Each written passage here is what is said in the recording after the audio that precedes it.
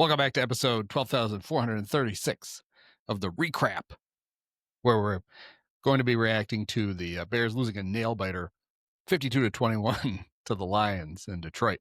Before we get to that, we have to give credit to our sponsor,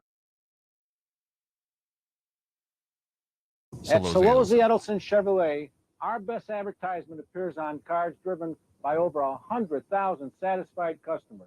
Our name is your guarantee of the largest selection of new Chevrolet cars and trucks anywhere.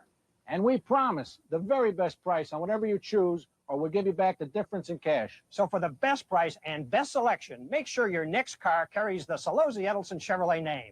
In Elmhurst at York and Roosevelt Roads, where you always save more money.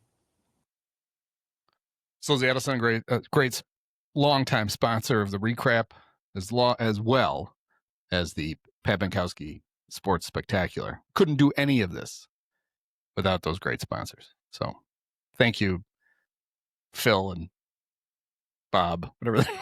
I don't remember what they're. I think Phil, right? He was one of them. I don't really remember.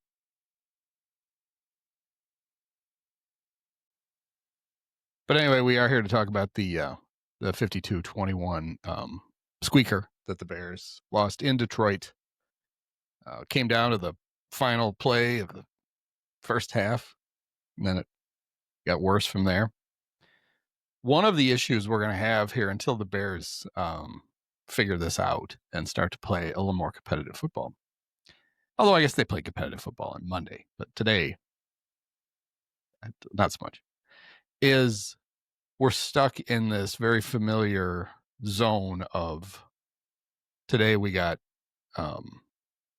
Kenny Albert and Jonathan Vilma for announcers, and it's just no good. Vilma had a good game, I thought. I especially liked it when Brian Branch had that big play in the first half, and he called him Dion like 4 times in the span of about 30 seconds, and then never corrected it. Like he went to call clearly during the commercial. They're like, hey, Jonathan, it's that Dion retired like 10 years ago. This is Brian Branch. So he called him Brian after that, but he never bothered to actually acknowledge the fact that he missed it in the first place.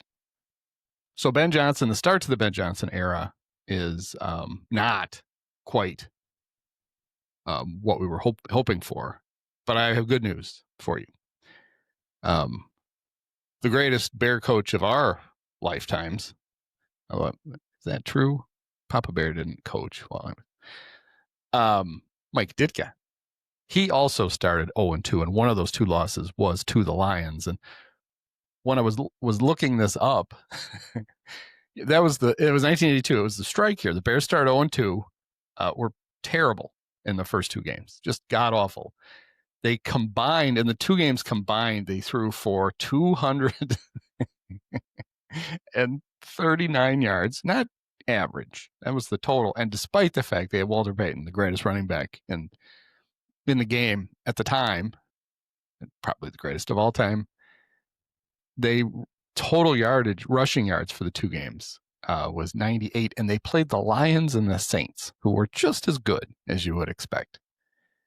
But it was weird. So then after that game, they took, after they started 0-2, the second loss was to the Saints. They took a couple of months off. As the fans kind of recover. They came back. They played on September 19th. Then there was the strike. They missed the second half of September, all of October, and the first 3 weeks of November. And then they came back and they won. They beat the Lions at home. They won 3 games that year, all of them at home. They beat the Lions. They beat the Patriots, who were god awful, and the Rams, who were even worse. Rams were 2-7. By luck of the rejiggered schedule, the Bears didn't play a team that year who had a record better than 5-4. They had a lot of 5-4, some 4-5s, and a 2-7. So not only were they awful, but they played like the easiest possible schedule. And they still went 3-5. And I can't remember exactly which game it was. I always thought it was a Detroit game, but I don't think it was, because that was the first week, although it might have been. But Jay Hilgenberg was an undrafted rookie backup center out of Iowa. And one of the games that they lost, he stood on the sideline. This was Jim McMahon's book, McMahon, with an exclamation point, which I highly recommend. Jay was standing next to Jim and said, "We're the worst football team in the world, and I don't play. I'm the worst football player in the world." He got a little, things got better, both for the Bears and for Jay Hilgenberg. And I think things will get better. I don't think they're going to give up 50 points every week. They didn't last week. Maybe they won't next week. But it was rough. It didn't cost them anything because even by the end of the first half, you could feel like the Lions could just name their score. But the way the first half ended was really weird. And if you don't quite know what happened, it's because the Fox team did such a poor job of explaining it. So what happened was rookie wide receiver Isaac Tesla. I don't know how you say that name. It's not Tesla. It's got an extra A and it's got a small E and a capital L in it, or a capital S. I don't know. It's weird. Made a great catch down the sidelines. He was touchdown inbounds by Tyreek Stevenson. And the Lions hurried up and got to the line as the time was running out in half. And they snapped the ball with 1 second to go. But by the time Jared Goff could actually ground the ball, the half had ended. And the Bears were like, fuck this. And they tried to get out of there, which I don't blame them. I think they tried to do it again a few times in the third quarter. The whole team tried to leave and they were told they had to come back and finish. And then all of a sudden, there was mass confusion. Kenny and Jonathan had no idea what was going on. They bring in Mike Pereira, who they kept interrupting him.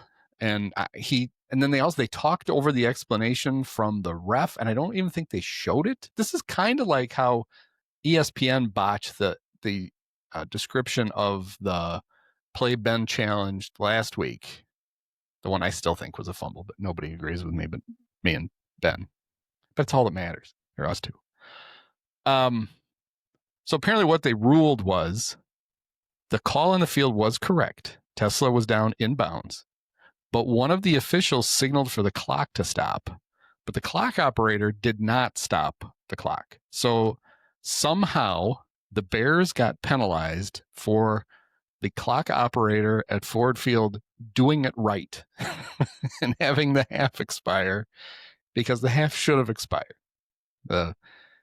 And then it wasn't a running clock then because that's why they do the 10-second runoff because it's a dead ball. So there's 6 seconds left. So instead of just running out their little kicker to kick a field goal, they scored a touchdown because why not? Bears were helpless at that point to stop the Lions. And so it was, God, what was it at halftime? I've lost track. 28-14. Would have been 21-14 with the Bears getting the ball to start the second half. Probably a whole different game. Honestly, if that doesn't happen for the half, Bears probably win 52 to 28 because the Lions, I don't think, would have had -7 points in the second half. Oh, well. Things got so bad in the second half that I turned the sound down on the TV and turned the radio on just because then I would at no point be in any danger of hearing the score or knowing actually how things were going. So that was much better. Being kept blissfully unaware by the blithering idiot Jeff Joniak. I highly recommend it. If the Bears continue to let these things get away in the second half, there you go. Just turn on Bear Radio. You'll have no clue whether it's good or bad or neither. You can just assume.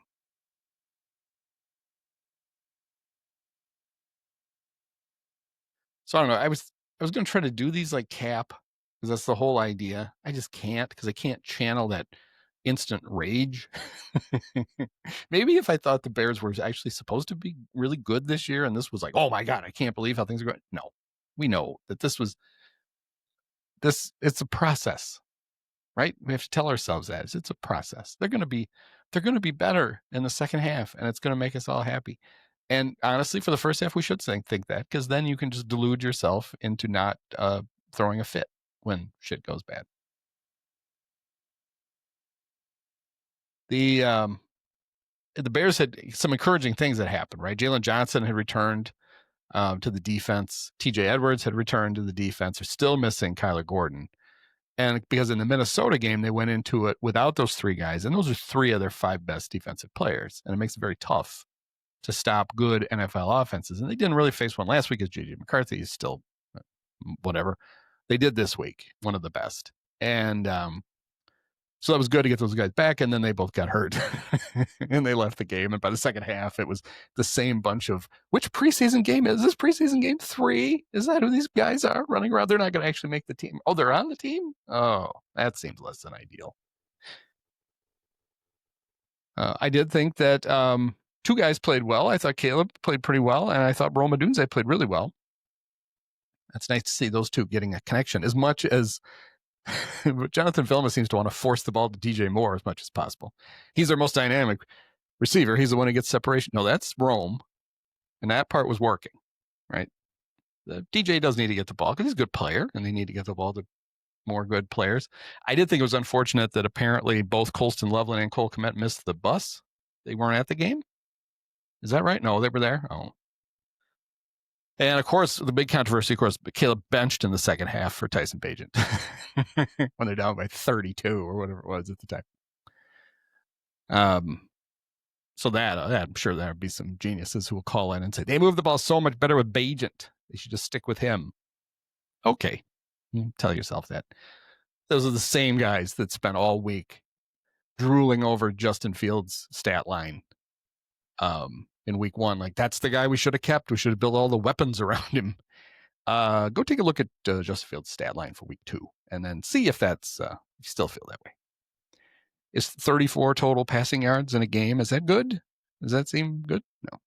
And if you're like, well, he left early because he had a concussion, he had 25 passing yards at halftime. So I don't think he was on his way to another 300-yard effort. Anyway, I did think Ben is still to say the least, he is a work in progress strategically. The Bears down 14-7 with 13-19 left in the second quarter on their own 37-yard line, had a 3rd and 1, got stuffed. They tried a quarterback sneak and nobody moved anybody, and Caleb just kind of bounced into the lane and fell down. And then they decided, well, that worked so well, let's go for it. Why? Why would you do that? Punt the ball and live to see another down. They went for it, and it's very Barry Switzer. When you're getting Barry Switzer comparisons, stop it. Whatever you're doing, stop it. You're pretty close now to showing up for the next road trip with a gun in your bag by accident. Don't do it. By the way, how about this? One thing, if you watch that cowboy documentary on Netflix, I suggest you do if you haven't seen it. One of the things that they left out, and they bring this guy's name up. Oh crap! Now I can't think. Is it Larry Lovelace? That doesn't sound right. There was a scout, like a high up, maybe the director of scouting for the Cowboys, who had coached with Barry at Oklahoma. He was like his defensive coordinator. And then he had gone on to the Cowboys and was coaching with Jimmy. And then when Jerry got mad and fired Jimmy, he got this brilliant idea. He wanted to bring Barry Switzer in. But Jerry knew there might be a problem. So he goes to Lovelace and he says, I'm not going to do a Jerry impression. I was about to, and I'm just not going to, because it would be really bad. Anyway, he says to him, I'm thinking about bringing Barry Switzer in. Would you have a problem with that? And he's like, no. And Jerry's like, good. Well, the reason he did that was he knew that Jerry was going to do it anyway. And yes, he had very good reason to have a problem with it. When he was the defensive coordinator in Oklahoma, Barry was it's a family podcast. Barry was fucking his wife. And sometimes Barry would literally leave him in charge of practice so he could go fuck the guy's wife. He wanted his job with the Cowboys still. So he told Jerry he'd be fine with it. And they got to work together. So fun. Why did that just come up? I don't know. Things just bounce around inside my head. The other, and this one was fine. I guess if you don't care how bad you lose or how many points you give up, when you score to cut it to 24 with 11:45 to go in the fourth, I don't know that you need the onside kick. Maybe they wanted to practice the onside kick. It didn't work. Cairo managed to hit one of his own guys in the butt with the onside kick. And that led to a very short touchdown drive. And I will give Dan Campbell credit. Actually, it's funny. Over the years, I really like Dan Campbell as much as I don't want to. He did the thing where it seems like when you look at the result, you think he's running the score up, but he really didn't, because on fourth down, he didn't kick the field goal. He's like, here, we'll just run a normal play. If you guys can stop it, then, you don't have to worry about giving up 50 points. And they couldn't stop it. So not good. The other thing I want to talk about was, because this comes up all the time. So the Bears had some really long downs and distances thanks to a lot of penalties. They're good at that. It's one of the things they're really good at, is accumulating lots of penalties, kind of like the 80s and 90s Oakland Raiders, except without the winning. Vilma said it. I think Kevin Fishbane might have posted it. No team has plays for 3rd and 30. I got news for Ben. He probably should draw some up, because I think he's going to have a few more of those. And so you might as well have a play. And they did convert a couple of long ones. One of them on a really nice pass to Rome, and another one when Caleb just got hit in the head on a pass rush. Got the personal foul, roughing the passer. I didn't know that Bears quarterbacks could actually draw roughing the passer penalties. I thought that was a thing they weren't privy to. So I was excited about that development, because that might come in handy at some point, or maybe not. Caleb, he didn't get sacked for a long time. It was into the third quarter. Some of it was because of him, and some of it was the protection really wasn't that bad until all of a sudden it was. Braxton Jones seemed to just kind of get tired at some point. After he'd doing a really nice job for like a half, he was all of a sudden just being thrown into Caleb's lap, and Caleb was trying to get out of the way.